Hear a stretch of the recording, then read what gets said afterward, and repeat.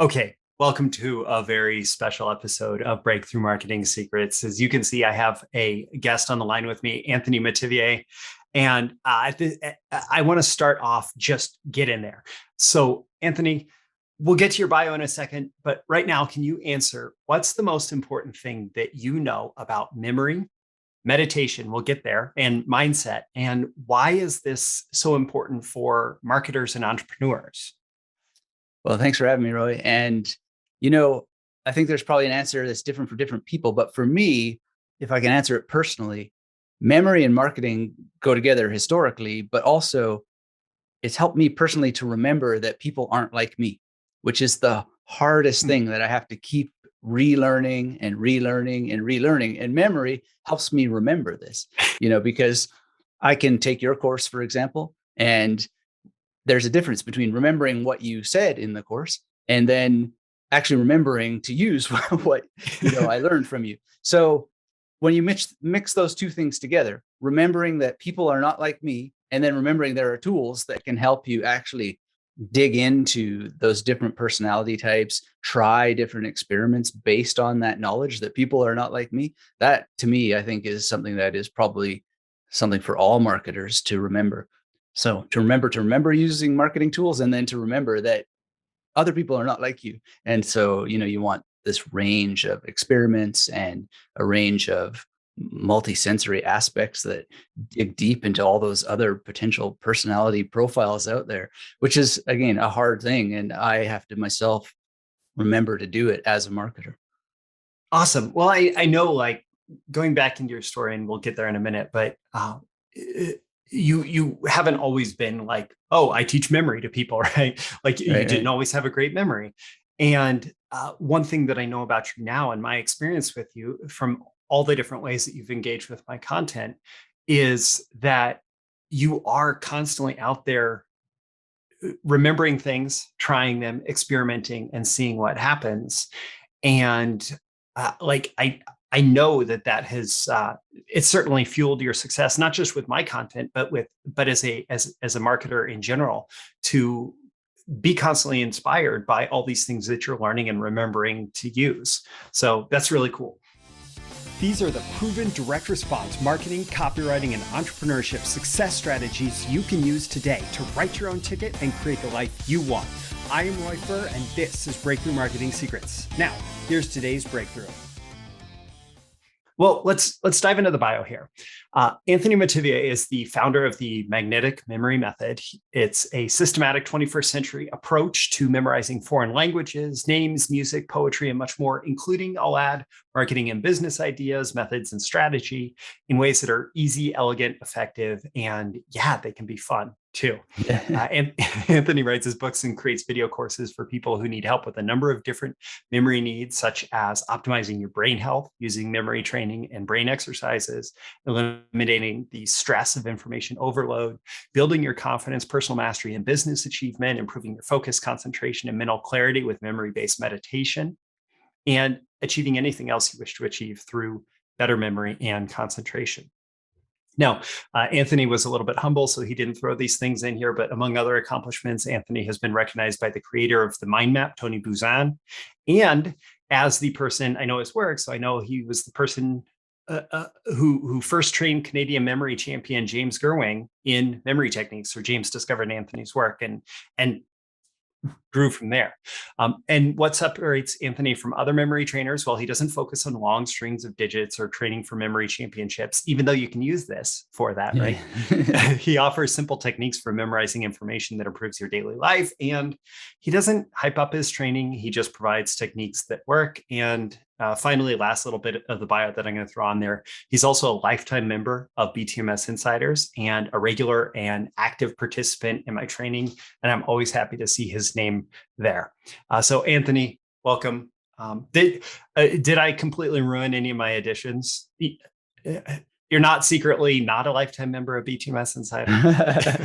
No, I think I was one of the early people. I'm not sure if I am or not, but at some point I had gotten the whole shebang, and I'd been on your list for some time. And Yeah. it's just an incredible eye opener. And, you know, there's many, many people to learn marketing from. And Dan Kennedy always said one is the most dangerous number, right? Yes. But I think that a pivotal thing happened because there's always a, kind of a swipe mentality in the marketing world and Yeah. cookie cutter patterns and so forth.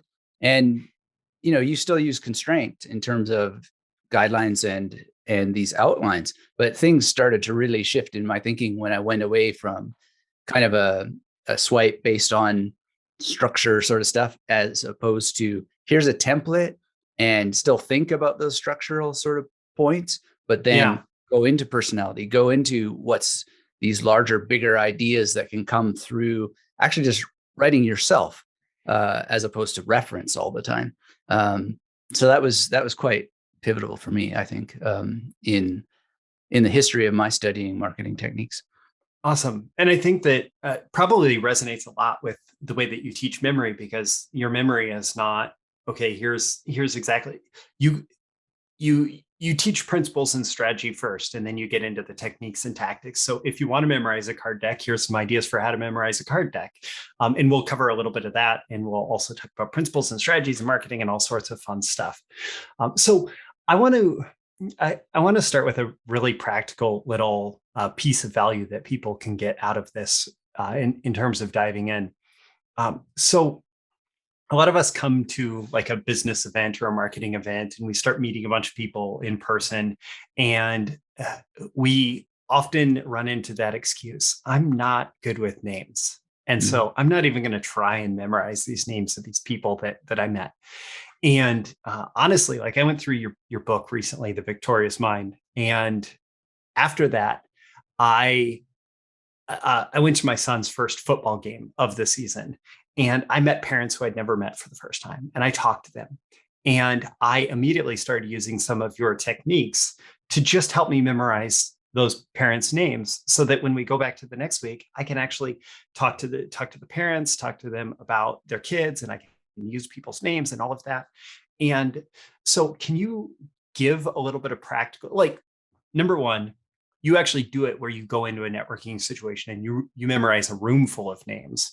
Mhm. For those of us who aren't necessarily trying to do that as a memory stunt, what can we learn about memorizing names?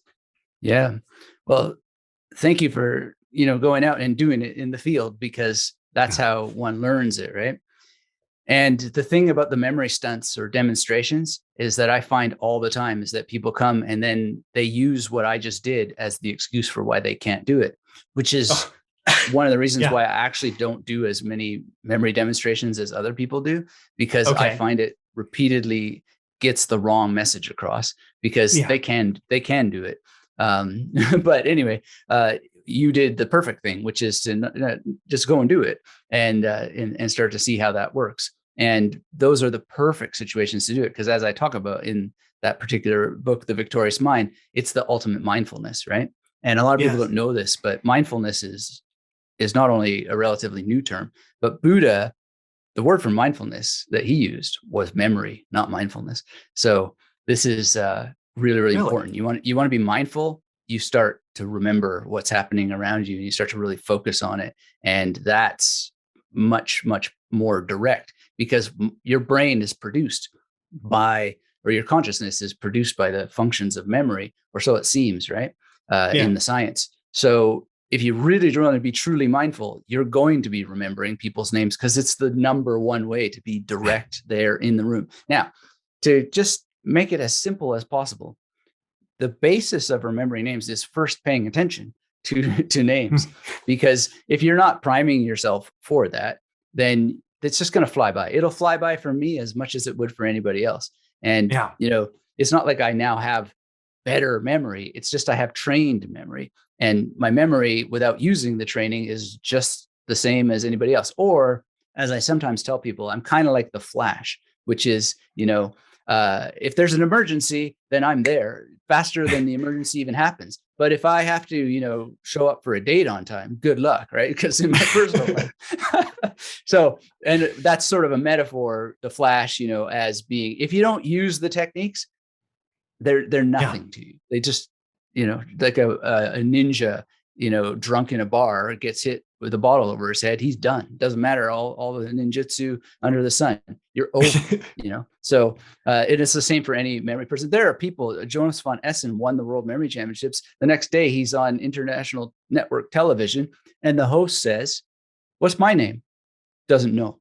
He didn't pay attention.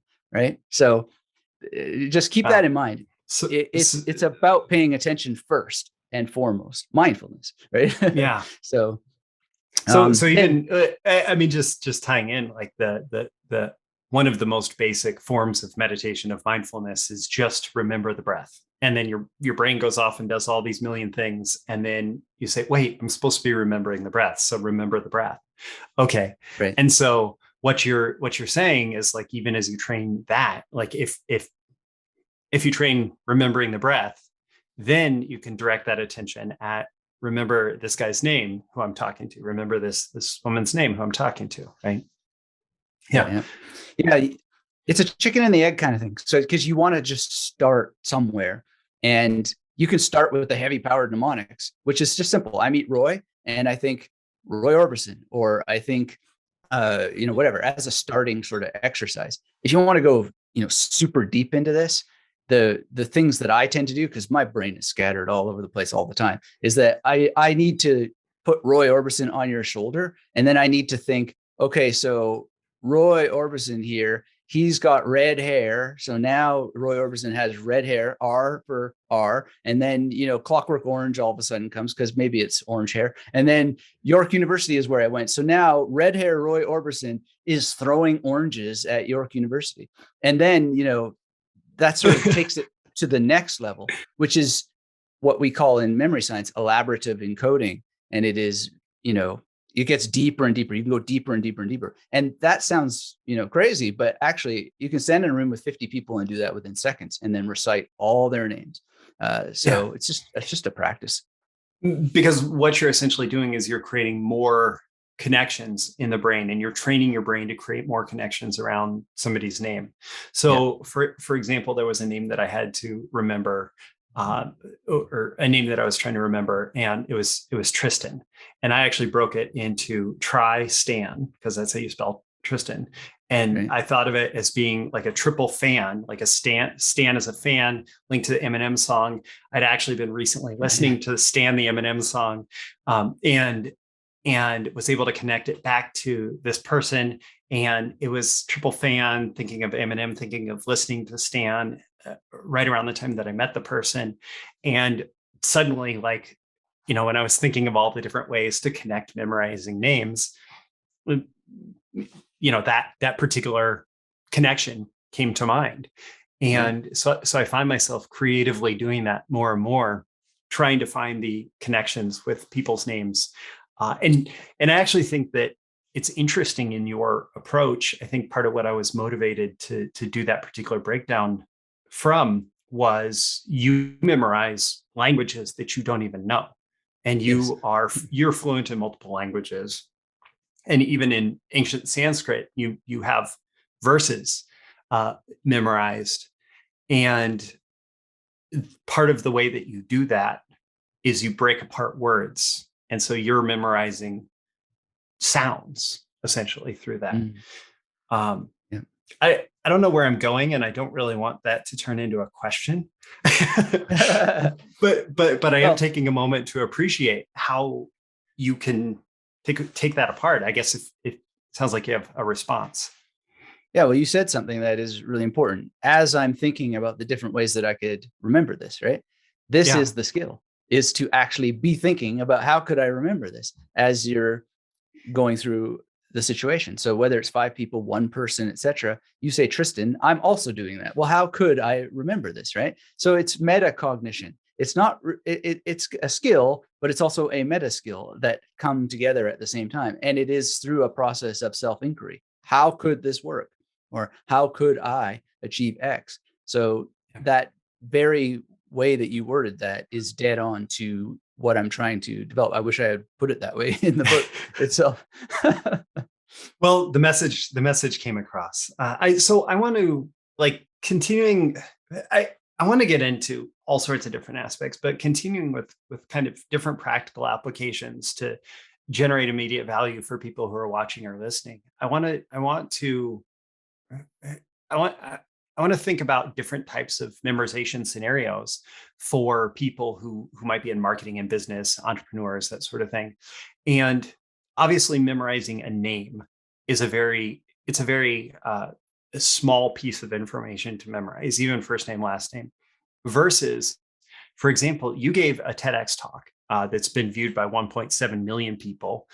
You helped develop a memory palace, and we haven't even talked about memory palaces yet. You helped develop a memory palace for Jonathan Levi of Superlearner fame's TEDx talk, and you create content for YouTube consistently, webinars, other presentations. So if we're creating that kind of speech or content, if I'm creating my YouTube videos and podcast episodes, if I'm trying to be prepared for a sales presentation for an important client, what kind of strategies go beyond just memorizing names that can help me in a situation more like that? Well, the memory palace is sort of the technique that binds them all, because Okay. any other memory technique that you can imagine, or at least that I'm aware of, can be used inside of a memory palace, or quote unquote inside of a memory palace. So briefly, what a memory palace is taking that room that you're in, and over your shoulder, perhaps by that painting, you, instead of just thinking, okay, Tristan or Roy or whatever name we're going to memorize, you're going to place it somewhere mentally in your mind. Okay. Right. And so Yes. when you said Tristan, I think that's what you said. Yeah. I placed it right here on you. Now that Okay. turns Interesting. you into a memory palace. Now, why I chose right there on you is just because I did at that moment. Right. But Yeah. if when I go into a room and I want to memorize everyone's name in that room, I just use their bodies. And typically I place this imagery, this association over their heads. This is the core of the memory palace. So it is location plus association, right? Plus Yeah. some sort of little bit of recalling it as quickly as possible to help the brain So start to make those location connections. is a place in space. Yeah. Association is the connection. Like if you think of a professional association, it's a connection between people. Except for in this case, it's a connection between what you're trying to remember and other easily recallable images, right? Yeah. Yeah. Um, yeah. Okay. Um, I do want to acknowledge one thing with remembering names in particular, the fact that you put it around the head and the face, because our brains have a whole separate area of the brain dedicated to facial recognition. I imagine that it does a really good job of associating the face with the name as well. That's a cool little technique. So how do we use this memory palace to create more complex uh, memorizations? Well, the direct answer is become a student of the memory palace technique, and don't allow yourself to be overwhelmed, because some of us are so nerdy about it that it can sound Yes. like we're trying to build jet engines or something, but it's super simple. The way I teach it is just simply make a little drawing and try to actually get an index card so that you're not Okay. drawing this massive map, because you have the potential to make maps of entire cities if you want. But I'm talking about single rooms. This is actually a bookstore in Cairo called Zamalek, or a district of Cairo called Zamalek. And it's just 1, 2, 3, all the way to 10. And I'm going to use those 10 spots for a maximum of 10 pieces of information. Or it might be 10 lines of Sanskrit, and I will write them vertically. So if you look at the bookshelf behind me, I will sort of have words, down this way. Um, Okay. Yeah. and I'm just literally thinking in cells. So like 1, 2, 3. Now I might do 1, 2, 3, 4, 5, but I'm flexible. I'm not really like one of these memory competitors who needs everything, tickety boo, because they're under pressure of seconds. They've literally got, seconds to go and they need everything. No, I'm more breathe and, allow things to spill over. So I might go over here and now there and over here, sort of thing, and just let these images flow, associations. But strategically, there's a lot of bad advice out there about memory palaces because a lot of people teaching it don't actually use it, or they use it for competitive purposes, which is not necessarily the same as everyday life or whatever. And I also, have a business shtick myself, which is, this way is better than that way, sort of thing, right? But Yes. there actually is a logic to the better. So a lot of people, when you get the traditional memory palace teaching, they'll say, imagine you're home and start at the door and then walk inside and, assign a location here, there, and the other place. And why did I find that so tragically bad? And I've tested this again and again and again and have agreement from so many people, including memory competitors, is that you lead yourself into a dead end. You lead yourself into traps, unless you're going to somehow go out the back door or whatever. But usually people go upstairs and then they're in the bedroom. And then where do they go? Are they going to jump out the window or something? Like, it just gets goofy. So I've completely reversed the process. Find the dead end in a journey and start there, the terminal station, I always call it. And then Okay. you go. So in my Zamalek Memory Palace here, this is the dead end. It's number one, but it's actually the end of the journey. And that's where I start. So now I can go out the door and I've got all of Cairo to conquer if I so please. And that simple drawing is nuclear because you can just build upon it, as opposed to, well, I've started at the door and led myself in. Now I'm at the back of a bookstore. Where do I go next if I want to add more stuff? There's nowhere else to go. So Okay. that's a sort of game changer technique there. So if I'm imagining, I don't know that I want to go through the entire thing right now, but if I'm imagining, I'm trying to figure out let's say a sales conversation, and I already have my PISA formula memorized. And at this point, you probably have my PISA formula memorized, and I use the acronym because I know that helps with memory. But if I'm planning a particular PISA conversation with a client to close some deal, and I just want to make sure that I don't miss any important points, and I'm currently in a rectangular room with a door on the middle of one of the long walls, and I'm kind of in the dead end right now where I'm sitting. So I could actually come up with some kind of visualization, PISA standing for problem, agitate, invalidate, solve, ask. I could come up with some kind of visualization for problem and put it in this corner, and then come up with some kind of visualization for agitation and put it in that corner, and some kind of visualization for invalidation and put it in that corner, and some kind of visualization for solution and put it in that corner. And then perfectly, I didn't even think about this, come up with some kind of visualization for action, which is the next step you want someone to take, and put it at the door where they would exit this room, right? And so I've created a memory palace out of this office, which is a very familiar space for me. And in my head, as I'm having that conversation, I can be walking around the room with the client. And first, we're going to have a conversation over in the problem corner. And then we can move to the agitation corner and the invalidation corner and the solution corner and the action at the door. And it gives me, so am I right that that's a fairly simple illustration of how you might use this to plan out a conversation or a speech or whatever situation? Okay, perfect. The only sort of two nuances is that you can use that memory palace to get it into long-term memory, so you don't need the memory palace anymore.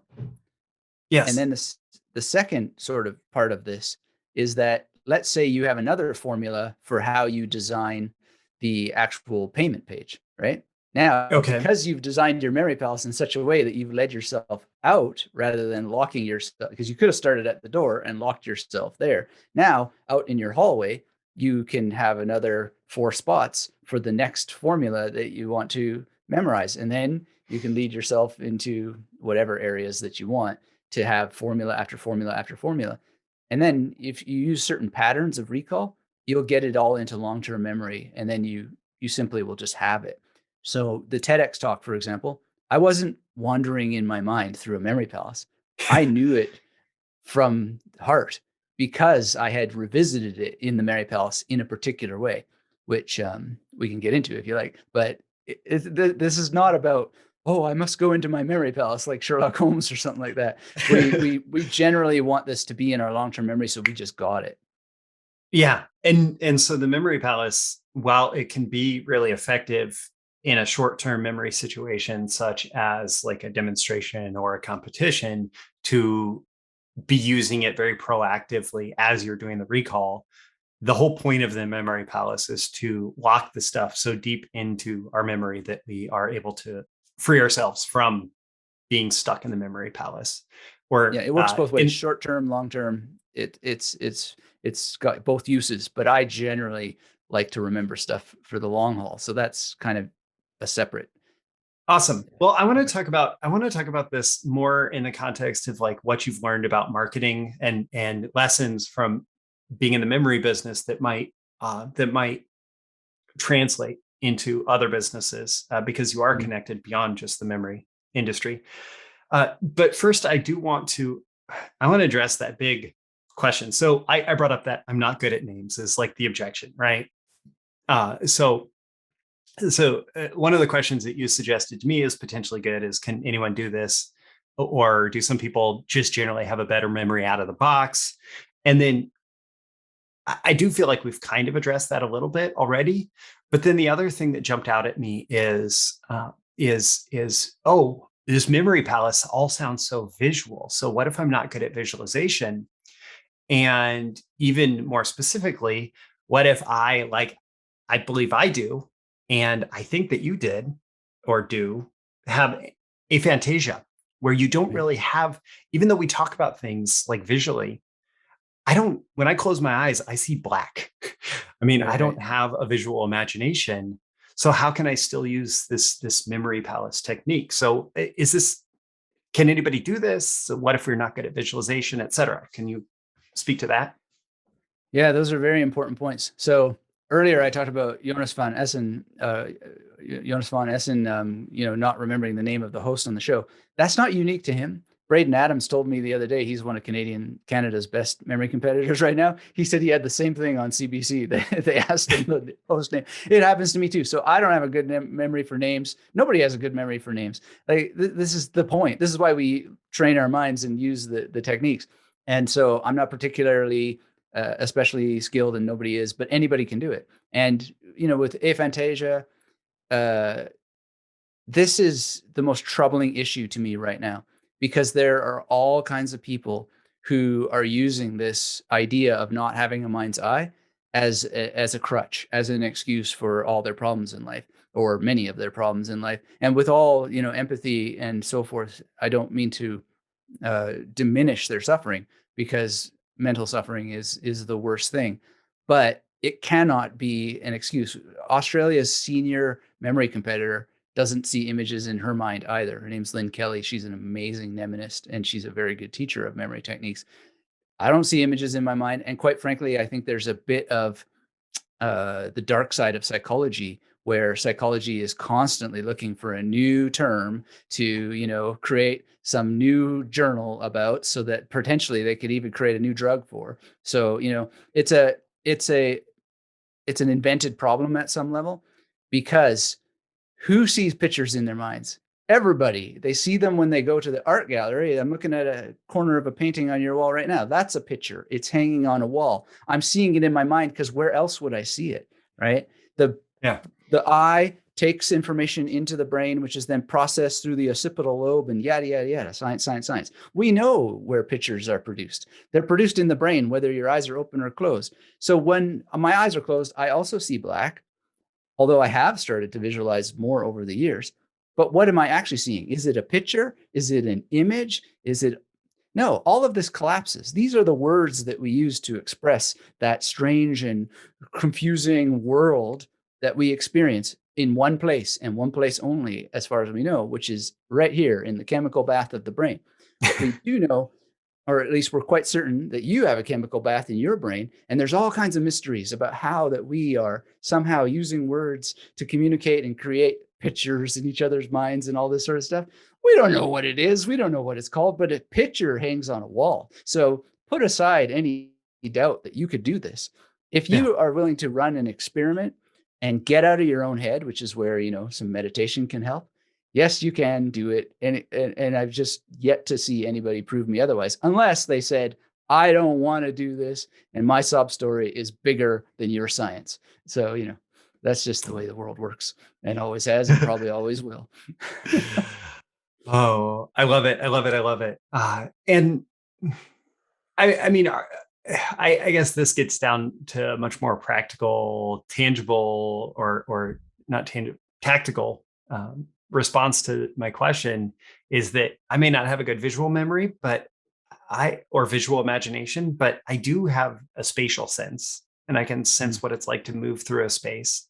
And I have concepts that may not feel visual, but for example, connecting the Stand song from Eminem, like there's a auditory awareness there, even if I don't even hear that song going on. So the connections may be a little bit different, and it's easy to describe things like you use the CAVCOGS acronym. The simpler version is visual, auditory, kinesthetic from neurolinguistic programming. Right. It's easy for us to describe things in language we have, right? So we talk about going into a memory palace and seeing these things. But however you experience those things, sure, use it. Like, put it in there. So, man, there's so many good angles that we could go, that we could follow.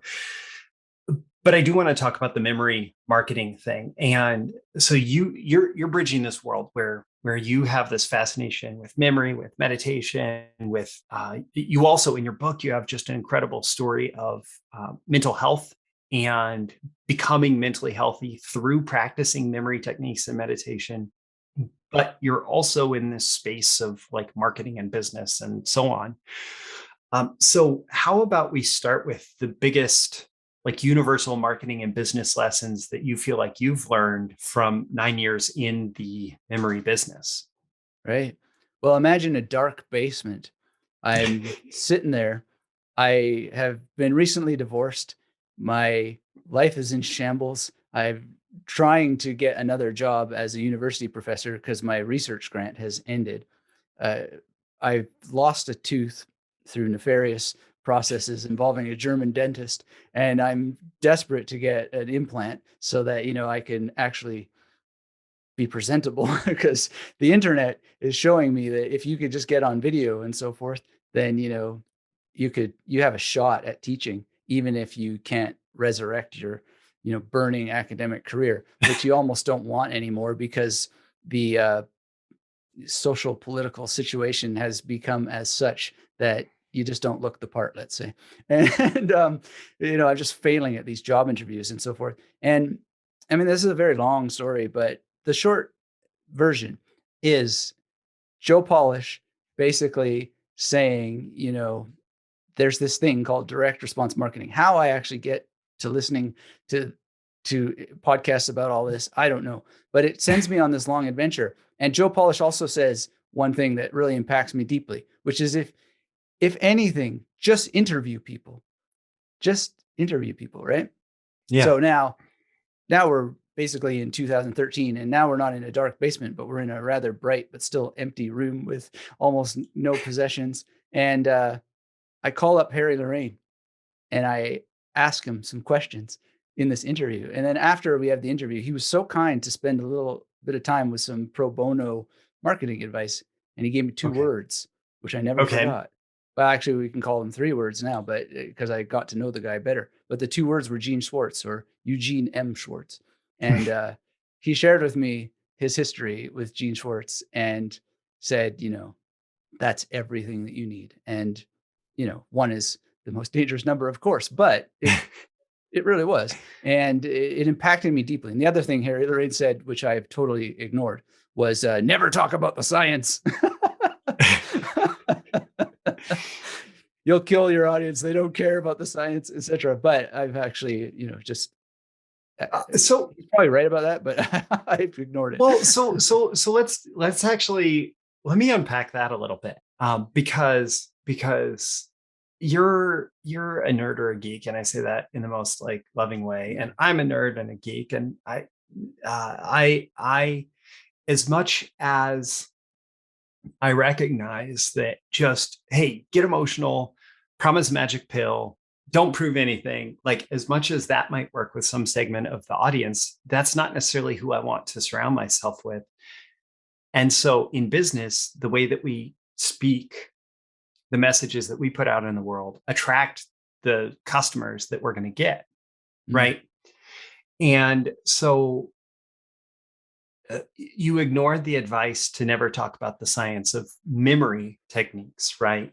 But Right. you were also essentially creating this character Mm. in the marketplace that was, hey, I'm going to talk about some of the science stuff because it's fascinating to me. Oh, can you reflect on that a little bit? Yeah, it's interesting you use the word create character because you had just talked about this the other day on your channel. You know, the notion of not so much the customer avatar, but your own avatar.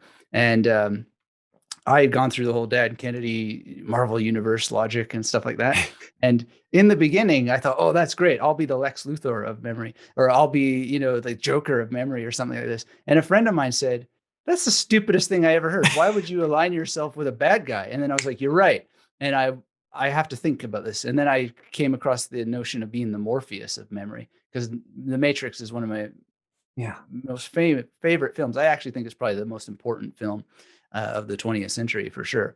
Um, so Morpheus of memory, what is that? This is now, just searching for that one person who actually is going to manifest themselves as the great memory master that all of us already are, which is the whole point of the Matrix. Neo is already the one. He's always been the one, yada, yada, yada, right? Yeah. So when you take that as your mentality and use every tool at your disposal in this great experiment to just find the one, knowing that everyone's the one, then that's a great mental model to follow, and I found that very useful over the years, and I've essentially become that character, which I already was as That's, a film professor at some level, which is an archetype that teachers have. They are yeah. all the Morpheus of learning or memory, if they're any good, that is.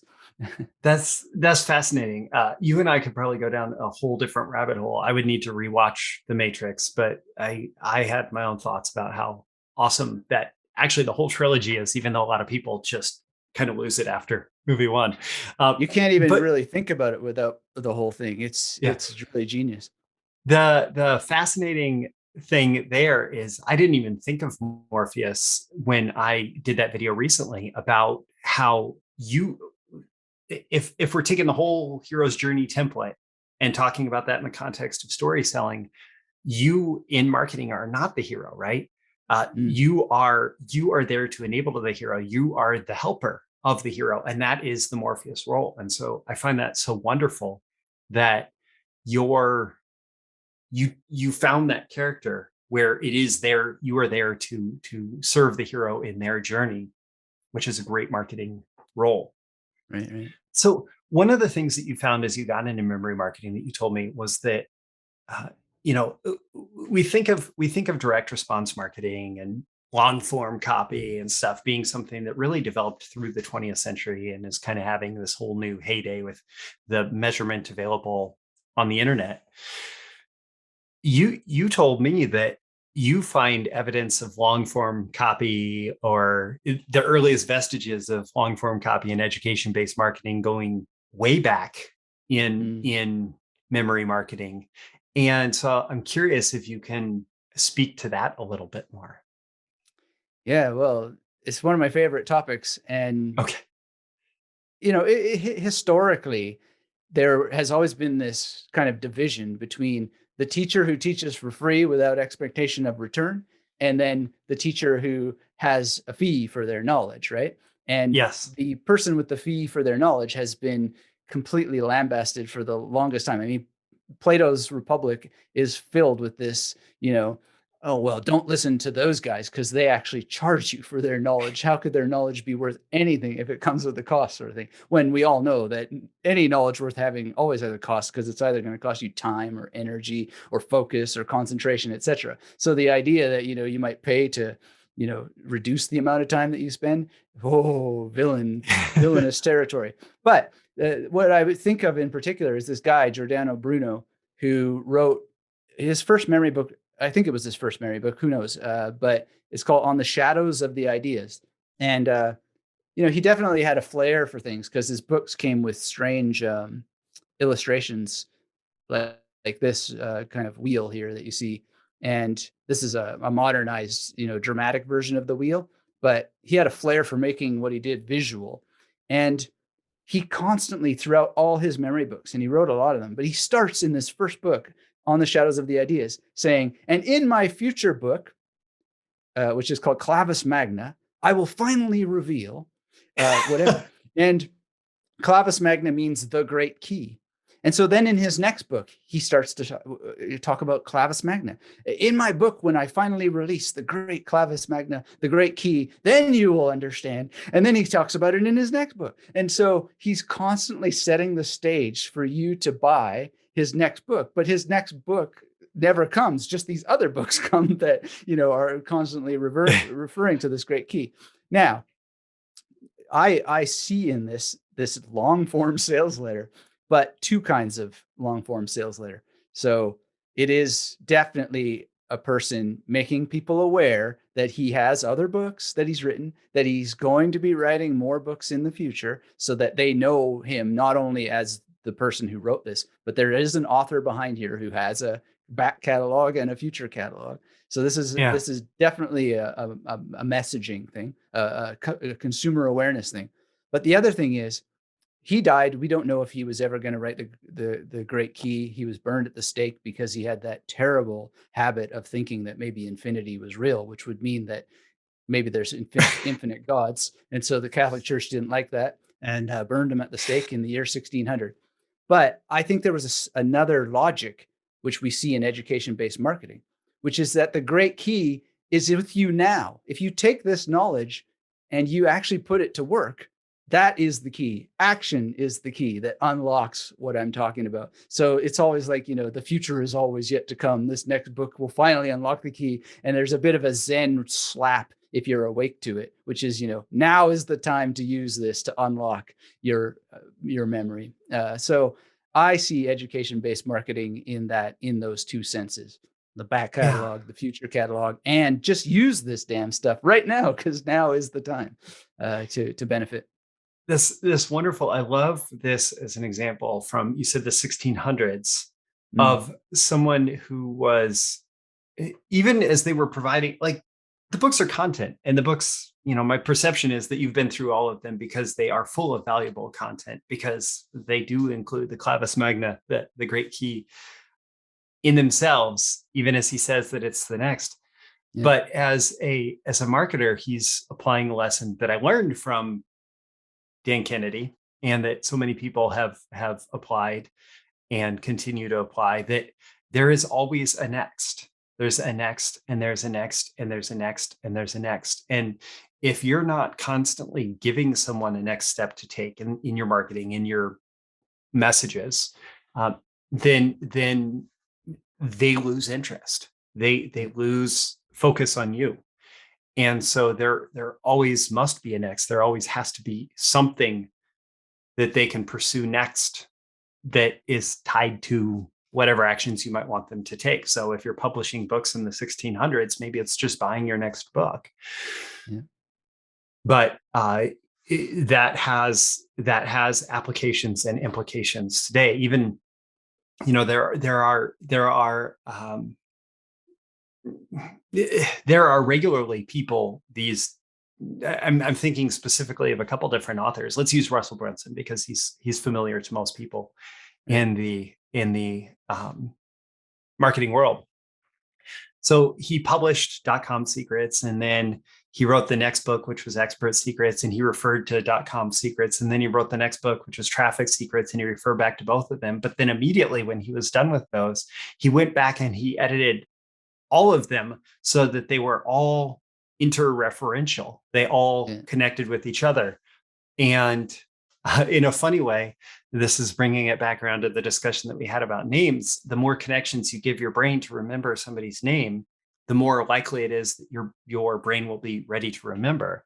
And Mm, so in education-based marketing, whether this content is on YouTube channels or in books or whatever, the more interconnection you create between all the different things that you're doing, the more likely it is that someone who discovers you and says, "Oh, this person that I just watched a video from, Anthony Metivier on YouTube, like there's some really interesting stuff, and it seems like he has a lot. Okay, if I go here, maybe I'll discover his Victorious Mind book. If I go here, maybe I'll watch his TED talk. If I go here, maybe I'll dive into the magnetic memory method. If I go here, like, and you're giving people these paths to walk down, and it's so fascinating to have that example, because I don't know that this was taught in the 1600s.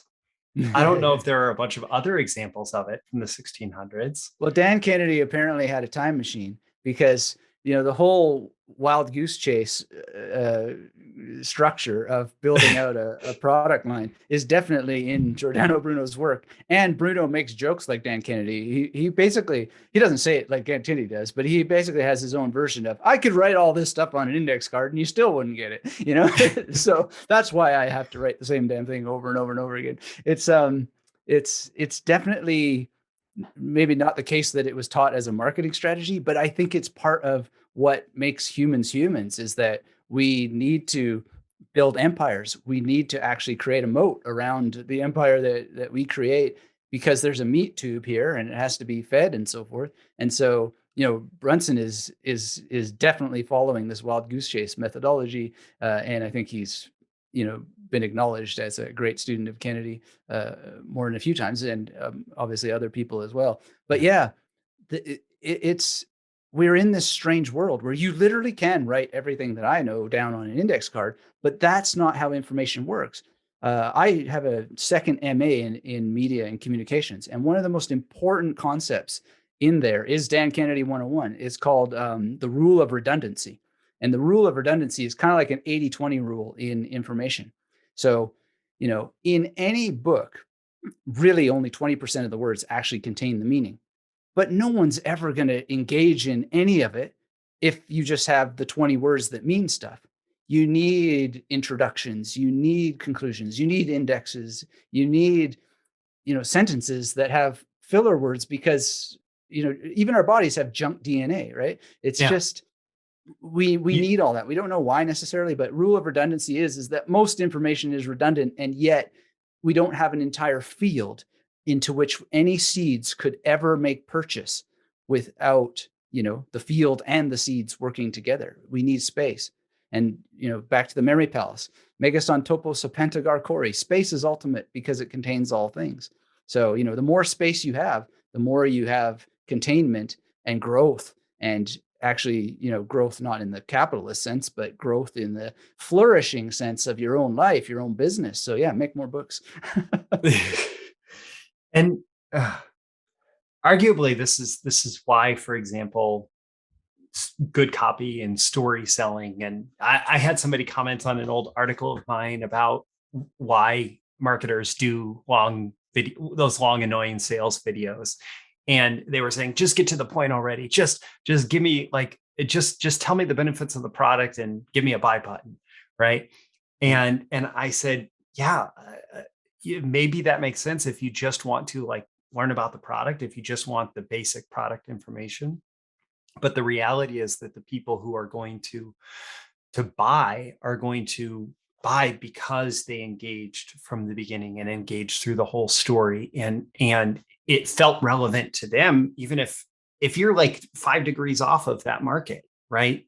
It's maybe not going to feel nearly as relevant to you, but for that perfect fit, that person who is a perfect fit, it's going to feel relevant to them, and they're going to connect with it, and they're going to actually enjoy watching the entire video. So I want to, one thing that I didn't do in this is I didn't talk about your arc and your story in the Victorious Mind book. That's probably a great example of the and see, I've forgotten the name of the principle from communication, the 80-20 rule of communication. Oh, the rule of redundancy. Rule of redundancy. One of the things that I found so fascinating about that book is it demonstrated what a good communicator and writer you are from the same like in the same type of writing that works really well for long form persuasive copy, because you told your entire story of here was all the challenges. Going back to my PISA formula, here's all the problems that I was facing. Here's how it was so agitating. Here's like what was going on in my life where I wasn't fixing the problem, the invalidation. And then I found a solution in memory. And here's the actions that I took. And it's such a good story arc. So number one, I would just encourage readers to check out the Victoria's Mind book because it's a really good book, and audiobook. I happen to listen to the audiobook. But number two, can you give, so if somebody were to want to go a little bit deeper in terms of developing their memory, their mindfulness, their focus and awareness for business means or for personal health means, number one, can you give a sense of like what is your story arc that they feel, or that they can get a sense of maybe what's possible, and it's tough to condense that story into a couple minutes. But then if they want to go deeper, if they want to learn more, if they want to engage with you, also connect that to where they can go. Yeah, absolutely. Thank you. One of the things from a marketing sense and in terms of that story, I'm not really that great yet. I hope to become a better storyteller, but I am quite hypersensitive to the hero's journey because of having been a film professor for almost 10 years. So I think about hero's journey in ways that actually have been therapeutic, and is partly going to be the subject of my next book, which will be called Clavis Magna. No, but I am thinking a lot about hero's journey as a kind of therapeutic thing itself, because I have used it therapeutically. And so part of what I was trying in thinking of my own story and so forth was to go a little bit deeper than hero's journey and think of, what's going on in the world, and, what's the prison of the actual surrounding world, and the ghost that's really, really haunted me. And, can I actually, as the writer, have the guts and the courage to talk about those sorts of things? And that ghost was, depression. And I gave the PG 13 version. It's not the R version of having to deal with a mind that constantly wants to destroy this body, and that has never stopped. It's just been disciplined, and in order to discipline it, I have to keep disciplining it. But long story short, I was a university student. I was just starting my PhD. I'd already had a long history with depression, manic depression, and so forth. Manic depression, unfortunately, typically goes into just pure depression after you have these moments of, wow, I'm connected with the entire universe and I can direct the direction of pigeons, and, like all kinds of weird crap that leads you to hospitalization ultimately, or at least it did in my case. And I just denied my diagnosis for a very long time, which, enabled them to imprison me longer and longer and longer until I finally caved in and took their pills. And I took their pills for a very, very long time. But while I was taking their pills and experimenting with different pills, I had 2 field exams, they're called, for a PhD, and I had to write a dissertation. My mind was so melted from the drugs that I was on that I couldn't concentrate on a single sentence. And I was responsible for French philosophy, and, I had to study biblical Hebrew and all kinds of crazy stuff. And basically I was going to jump off a bridge, or I was going to jump in front of a train, or I was going to quit. And then I thought, I'll quit. I'll become a magician, a street magician. And the weirdest thing is that I went to school one day. I dragged myself up there. I was more disheveled than I am now, this sort of absent-minded person. And I was at York Lanes. It was the deepest winter that you can imagine in Toronto. They were going to call the military to move away the snow. And Wow. these people were there. Like York Lanes, I should explain, is sort of like a New York street created inside of York University. So it feels like summer all the time. And I'm going there, and I'm going to go down to the bookstore. And these street magicians inside of York Lane stopped me to do a magic trick. And something just lit up inside of me, a memory from when I was a kid, because I used to do magic tricks. And I didn't even pay attention to their trick. I grabbed the deck from him and I was like, let me show you something. and I totally fooled him. Anyway, I went back home. YouTube was this new thing, and I started to like search magic. And all of a sudden, I could concentrate and focus like there was no tomorrow. And I'm learning magic like crazy. Somebody talks about memorizing a deck of cards. I memorized a deck of cards, even though I thought, man, I can't even pay attention to French philosophy here. And next thing you know, I'm like, wow, that worked. And then I thought, all that French, all that Hebrew, all that stuff, like, you know, the rule of redundancy and pregnans constructio and architectonic tautology on cards, bam. Anyway, the story of how I ended up writing books and starting a business around it is another thing. But it helped me not feel so depressed. It didn't cure depression. Yeah. But years later, I learned that the reason why it helped me feel better is because dopamine increases, myelin increases, your opioid receptors start to fire in a different way. And there's good, solid research. There's a guy named Dr. Tim Dalglish who's doing research with memory palaces to help people with PTSD and depression, and they're getting great results, the results that I had all along. I never stopped using the techniques ever since because they just make you feel better. And yeah, I got my PhD as part of the deal, which was great. Yeah. So and you, at least as far as I understood it from the book, you managed to get off of some or all of the medicine too. All of it. Yeah. Yeah. So you learned memory techniques for a variety of reasons. Like most of us would come to it for a variety of reasons, memorizing names or memorizing a presentation that we have to give or memorizing, marketing teachings or whatever. And what happened was this, it's the hero's journey. You solve one external problem, right? But the internal transformation that takes place is much more profound. And that's happened. That's cool. So I've already been pitching the Victorious Mind book. I'll include some links in the description with this, but the main place that if they want to go learn more from you, it's magneticmemorymethod.com, right? Yeah. And you have a free course on memory mastery, which just like sign up, email address, like we know free mini courses, right? Yes, yes. Yeah, sign up. You get a free course on memory mastery, and you start to go deeper into all of these concepts. And I've been following Anthony off and on for a couple of years now since he came into my world, and clearly I respect him a lot because he's here. We're having this conversation, and so I would recommend for folks who have found themselves interested in this conversation so far, just to go so much deeper because there's so much more possibility here. Anthony, is there anything else, any final takeaways or anything else that you would like to add before we wrap up? Yeah, I would just say that if you ever are struggling with things like depression and so forth, obviously doctors are real and you should consult with them and so forth. But the most exciting finding, I think, is that we actually can overwrite our past.